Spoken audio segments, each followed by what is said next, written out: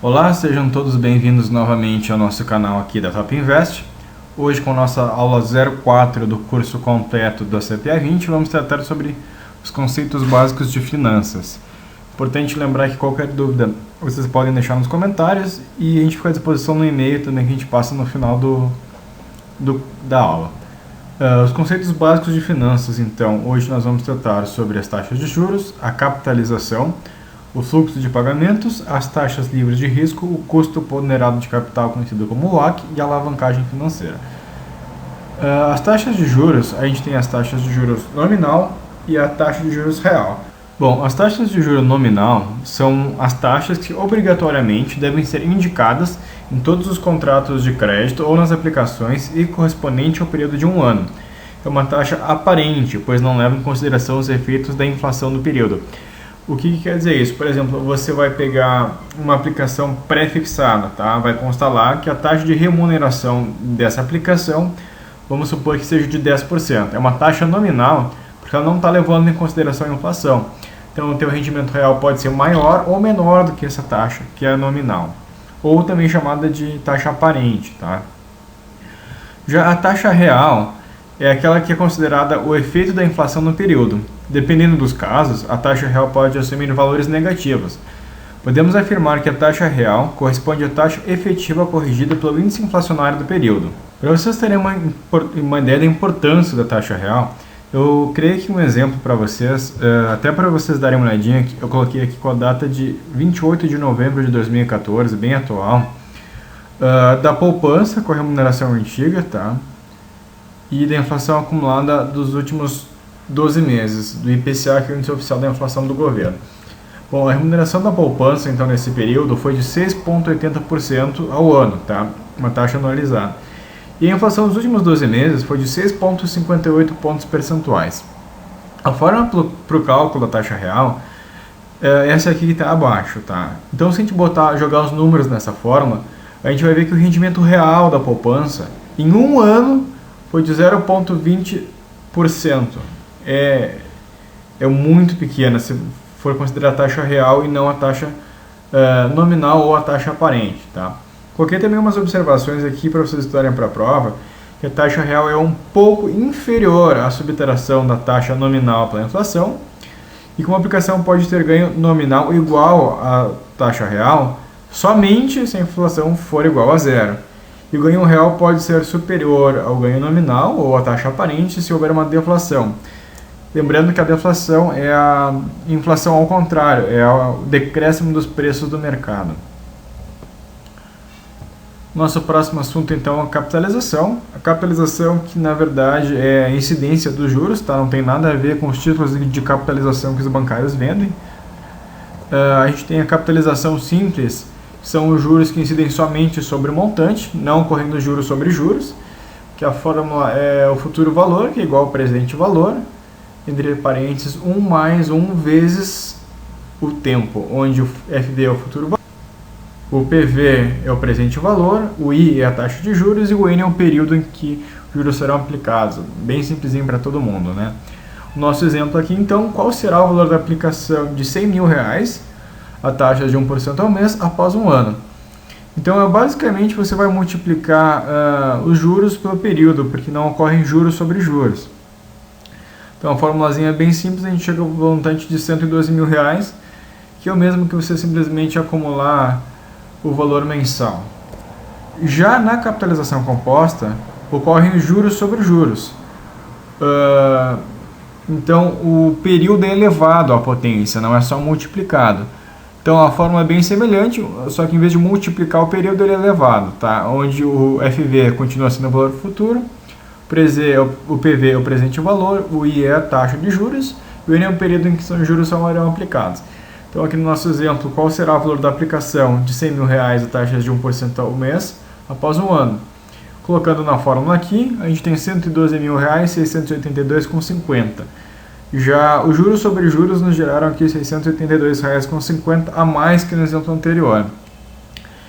É importante lembrar que os juros compostos são a grande fórmula da riqueza ou também do empobrecimento, que o grande efeito da capitalização composta é no longo prazo. Eu botei duas observações aqui também, que para os juros compostos usa-se a taxa proporcional, que nada mais é do que a taxa multiplicada pelo período. Para os juros compostos usa-se a taxa equivalente, que é a taxa elevada pelo período. Nossos próximos assuntos aqui seguindo o fluxo de pagamento. Em finanças, o fluxo de caixa ou fluxo de pagamentos refere-se ao fluxo do dinheiro, onde o VP é o valor presente, que é o valor na data de hoje do capital, o FV, o futuro valor ou valor futuro, é o valor investido acrescido de juros do determinado período. A taxa de desconto consiste no valor do dinheiro na data de hoje, que será recebido somente no futuro. Zero cupom significa que não há pagamento periódico de juros. A gente pode lembrar lá do outro vídeo que nós temos sobre os títulos do Tesouro Público, onde tem as notas com cupom e as notas sem cupom. A TIR, que é a taxa interna de retorno, nada mais é que a taxa que determina a rentabilidade do investimento, sendo interessante sempre o investimento se for superior ao custo de oportunidade. O custo de oportunidade é quando o ganho que você teria em outro investimento. A gente pode dizer que no Brasil isso pode estar muito relacionado a Selic, uma vez que é muito fácil você investir em títulos públicos. Qualquer investidor tendo um pouquinho de informação pode conseguir e ter a mesma rentabilidade da Selic pré-fixada. Continuando, a taxa livre de risco, as mais variadas opções de investimento possuem risco. Na verdade, tudo tem risco, tá, pessoal? Ou seja, possuem volatilidade, sendo alguns de alta volatilidade, que são as ações, e alguns de baixa volatilidade, como fundos multimercados, fundos pré-fixados, sendo então de alto ou baixo risco, de acordo com a volatilidade. Conforme eu comentei antes, devido à grande estabilidade dos títulos públicos do Brasil e qualquer investidor conseguir adquirir títulos que paguem a Selic, no Brasil é considerada a taxa livre de risco. Hoje, com R$80 você pode comprar uma fração de título público e está indexado aí a Selic pré ou pós-fixado, ou também com taxas pré-fixadas um pouco até maior do que a Selic, dependendo do prazo. A gente tem aqui também o custo ponderado de capital, que é chamado de WACC em inglês, tá? O custo ponderado do capital é representado pela taxa de juros, descontando ou acrescentando o valor do dinheiro no tempo. É calculado considerando-se os custos dos recursos de todas as fontes postos à disposição e levando-se em conta a participação percentual de cada fonte. O custo do capital tem efeito sobre as operações da empresa e, subsequentemente, afeta a lucratividade. Ao investir ou aplicar recursos em uma determinada empresa, todos exigem um risco mínimo de remuneração do seu capital.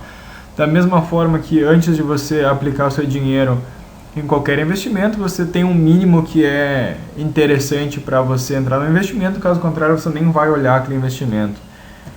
Tem outras opções melhores para vocês. E o último dos nossos tópicos de hoje é a alavancagem financeira.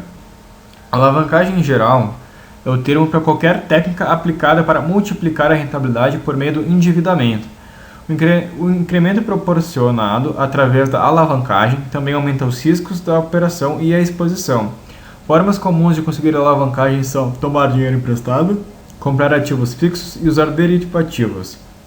Um exemplo para vocês. A sociedade anônima pode alavancar seu patrimônio líquido tomando dinheiro emprestado. Quanto mais ele toma empréstimos, menos capital próprio ele precisa. Assim, a empresa apresentará uma relação de lucros ou perdas de capital proporcionalmente maior. A alavancagem financeira corresponde à relação entre capital próprio e créditos aplicados em uma operação financeira. A alavancagem financeira é positiva quando os capitais de longo prazo e terceiros produzem efeitos positivos sobre o patrimônio.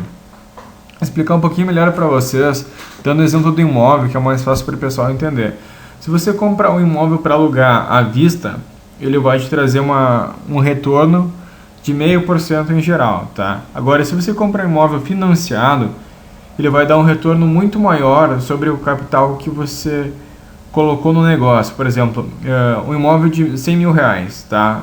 Comprado à vista vai te dar um aluguel de R$500, que é 0,5% do teu capital. Agora, se você deu R$30 mil de entrada e financiou os outros 70 mil, a receita que você vai ter nesse investimento é muito maior do que 0,5%. Esse era a nossa aula sobre os conceitos básicos de finanças que caem na CPA 20. Eu espero que vocês tenham gostado. Por favor, cliquem em gostei do nosso vídeo, se inscrevam no nosso canal. Eu vou deixar aqui nosso e-mail também para qualquer dúvida, é atendimento@topinvest.com.br. Vocês podem também deixar nos comentários que a gente responde em 24 horas para vocês. Muito obrigado e bons estudos a todos.